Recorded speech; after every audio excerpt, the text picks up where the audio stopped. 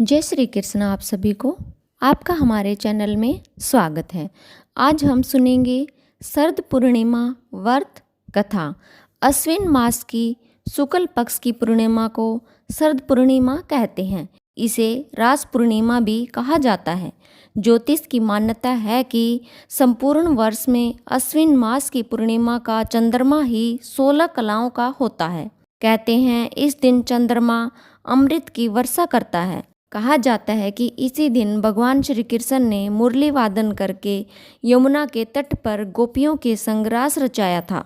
और इसी दिन एक साहूकार की 2 पुत्रियां पूर्णिमा का व्रत रखती थी। लेकिन साहूकार की बड़ी पुत्री पूर्णिमा का व्रत पूरे विधि विधान से रखती थी और उनकी छोटी पुत्री सदा व्रत को अधूरा रखती थी।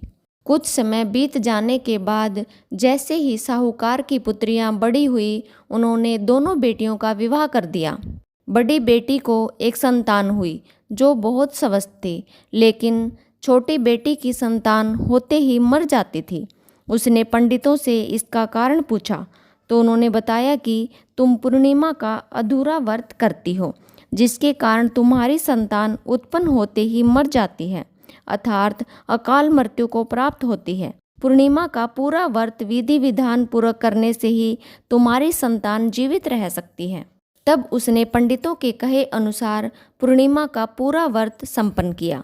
कुछ समय पश्चात उसके एक लड़का हुआ, किंतु वह भी शीघ्र ही मर गया। उसने लड़के को पीढ़े पर लेटाकर ऊपर से एक कपड़ा ढक दिया। फिर बड़ी बहन को बुला लाई और बैठने के लिए वही पीढ़ा दे दिया। बड़ी बहन जब पीढ़े पर बैठने लगी तो उसका घाघरा बच्चे को छू गया। बच्चा घाघरा छूते ही रोने लगा। यह देखकर बड़ी बहन क्रोधित होकर बोली, तू मुझे कलंक लगाना चाहती थी। यदि मैं बैठ जाती तो तेरा यह लड़का मर जाता।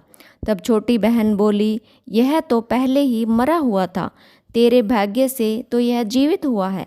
हम दोनों बहनें शरद पूर्णिमा का व्रत करती हैं। तू पूरा व्रत करती है और मैं अधूरा, जिसके दोष से मेरी संतानें मर जाती हैं, लेकिन तेरे पुण्य से ही यह बालक जीवित हुआ है। उसके बाद नगर में उसने पूर्णिमा का पूरा व्रत करने का ढिंढोरा पिटवा दिया कि आज से प्रत्येक पूर्णिमा का व्रत किया जाए, यह संतान सुख देने वाला है। भगवान विष्णु और माता लक्ष्मी आप सब कहानी सुनने वालों पर अपनी कृपा सदा बनाए रखें। विष्णु भगवान की जय। आपका दिन मंगलमय हो।